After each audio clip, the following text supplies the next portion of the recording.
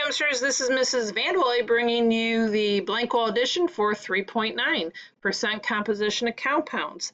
The last section, 3.8, we learned how to find the molar mass of compounds, and we need to know how to do that to find the percent composition. If I were to ask you, hey, what's the percent composition, or what is the percent girls in our classroom, how'd you figure that out? Well, would you take the number of girls divided by the total number of people and times by 100 and get a percent? Yeah, that's probably what you do. What if I were to give you some Smarties and I said, hey, what's the percent yellow in this package of Smarties? What would you do? Would you find the number of yellows divided by all the Smarties in the package and times 100%? I bet that's what you would do. It's the same thing here. So you take the mass of the element you're looking for and you divide it by the total molar mass of the entire compound. So for example, if you want to find the mass of CCl2F2, how would you do that? Well, if you look, we have some pictures here. We want to know the mass of 2 chlorines divided by the total molar mass, okay? So I need, first of all, what is the whole? What is the entire molar mass? The entire compound. I have 1 carbon, 2 chlorines, and 2 fluorines to come up with 120.91 grams. That's your total mass. So what is your part? Well, what of it is, whoopsie, sorry about that. How much of it is your carbon or chlorine, and it's 2 times 35.45. What is the total molar mass of the entire molecule? It's what we calculated right here. And then times 100%. And we get, well, I guess it wasn't hidden too well, 58.64%. So again, to find out the percent composition, it's always part over whole. So why don't you go ahead and do the next one, calculate the mass percent of chlorine in Freon 112.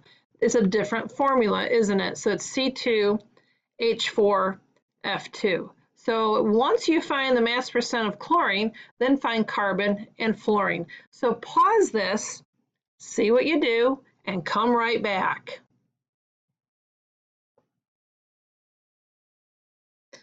Okay, so this is what I did. I found the molar mass of the entire compound first, and I got to be 203.82 grams.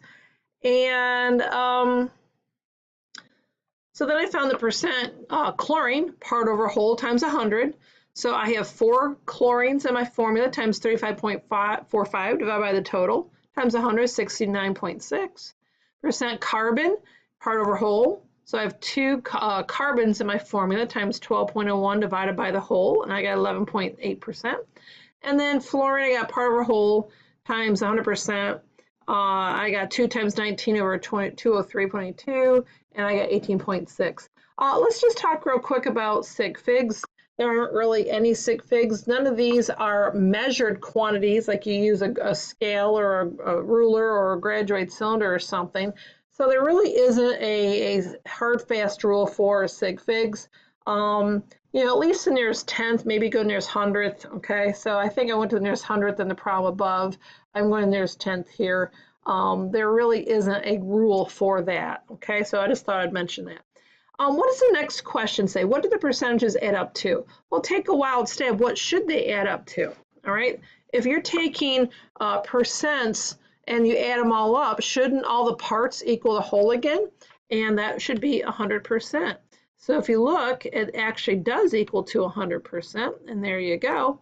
And that's maybe a quicker way of doing some of this, all right, that you can figure out some of them, because if you know one value, subtract from 100 and know the other one. Or if you do the part over whole for each one, this is your mental check. Did you do it right? Did you make a mistake? If they don't up to 100%, you made a mistake, okay? So problem number 16, let's take a look at that. So it says calculate the mass percent composition of sodium in sodium oxide. Well, what do you need to do next? You need to know what the formula is. This is from section 3.5. You need to know how to write the ionic formula. So how do I know it's ionic? Because sodium is a metal, and metals have charges. So you need to know what that charge is. Well, what is the charge of sodium? I think it's a +1, isn't it? It's supposed to be a plus or a 1 plus. What about oxide? Hopefully you know what that one is, and that's a 2 minus, isn't it? So what is the formula for sodium oxide? Well, do the charges cancel? No. So what do you have to do? Crisscross, applesauce. And there it is. So why is that important? Why do we have to know the formula? Because we need the whole. We need the molar mass of the whole compound. So pause this. Why don't you calculate the molar mass of sodium oxide?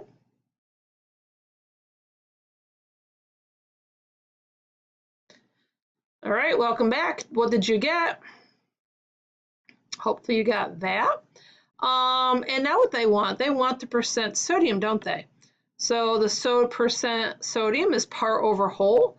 How much of this formula is sodium? Well, I have 2 sodiums, and so each one is 22.99 divided by the whole. And what does that equal? Well, I think it equals 74.2%.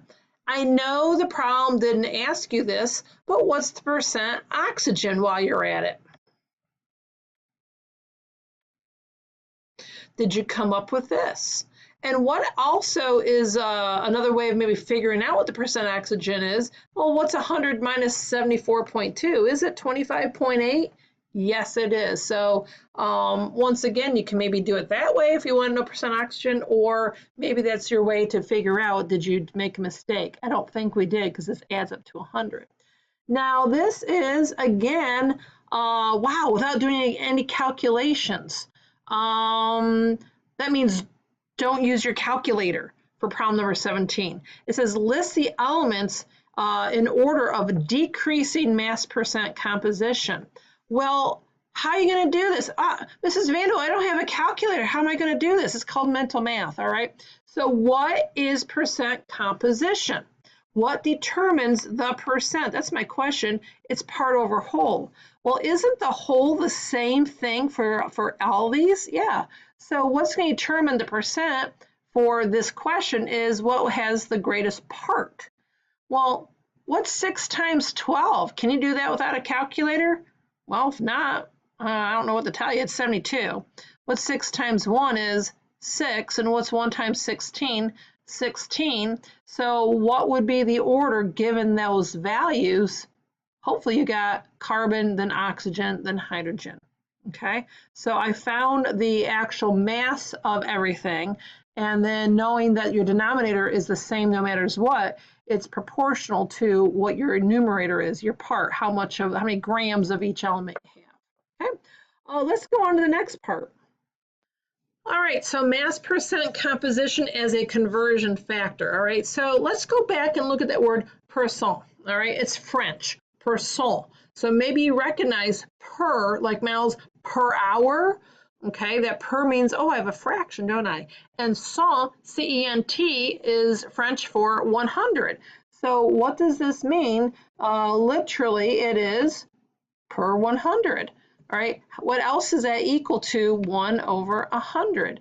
So how does this help you? Well, what we are trying to, what we are trying to do is set up factor labeling. Okay, we're trying to show you maybe an alternative way to factor label using percent compositions. So if the mass percent of chlorine in what we found out was 58.64, what does that mean? There are 58.64 grams of chlorine in every 100 grams of this, carbon chloride fluoride thing. And so you can write it with the whole grams, 100 grams in the denominator and grams of chlorine in the numerator, or you can flip-flop it.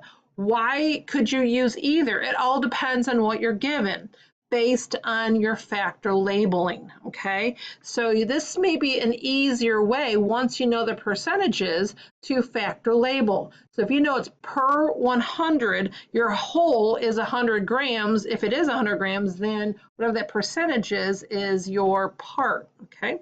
So problem number 18, it says the U.S. Food and Drug Administration recommends that a person consume less than 2.4 grams of sodium per day.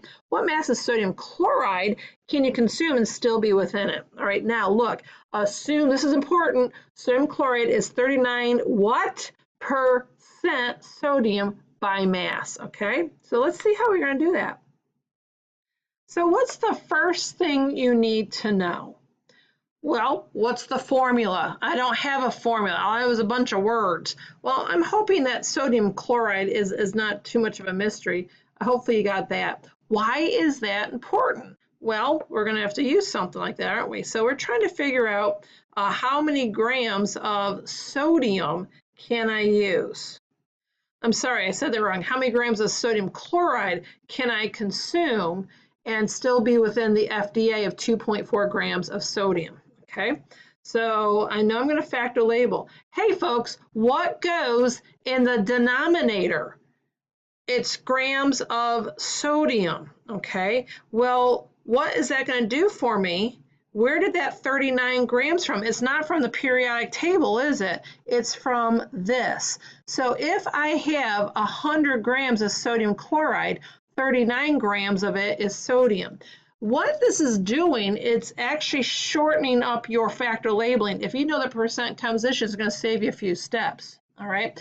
And then what is my answer? Well, my answer is this. Okay.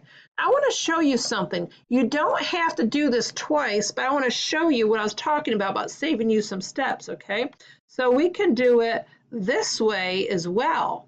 Okay, what is this? How many grams of sodium chloride is in 2.4 grams of sodium? Grams, periodic table, 22.99. And then you had to calculate the whole of sodium chloride. So you had to actually calculate its molar mass. All right, and you're going to get this. Now, why is there a tad difference? Why is this one a little bit more? Because I only have, to the nearest whole percentage. I bet if this number were a little bit like to the nearest tenth or nearest hundredth, would get closer and closer to 6.1. Okay, so you can either do it this way, realizing if I give you the percent, then your life is a whole lot easier. If I do give you the percent, why would you do this? You don't even use 39%. You're doing a whole lot more work. Okay, you're going to get the same answer. So what I'd like you to do is problem 19 all by yourself. So pause this. When you are done, come back and see how you did.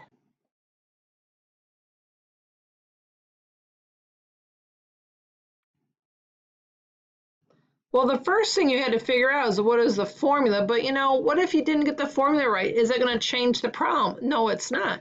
You want to know how much the whole is, really. What is your total amount of this particular ore if you want 58.7 grams of iron? This is actually a very realistic problem if you're talking about mining. So how much of my ore do I need if I want this much of the pure iron to make, irony stuff, okay? So what has to go in the denominator? Grams of iron. What are you looking for? Grams of iron 3 oxide. So if I gave you the percent, which I did, it tells you 69.94 grams of iron out of 100 grams of iron 3 oxide, and you get 83.9. So does this answer make sense? You need more of the whole to get the part. Hopefully that makes some sense to you. All right, let's go on to the next section. So it says conversion factors from chemical formulas. Is there another way to determine the same problems above if the percent composition isn't given? The obvious answer is yes. I've already alluded to it with the first problem, but you have to go mass of the compound, moles of the compound, moles the element, mass the element. So how does this work here? So it says determine the mass of oxygen in a 7.2 gram sample of aluminum sulfate. Well, what's the first thing you need to know? I think you need to know what the formula is for aluminum sulfate, and there it is. All right, so here I'm going from the mass of the entire sample to how many grams of oxygen are right here. This is really important for the next section.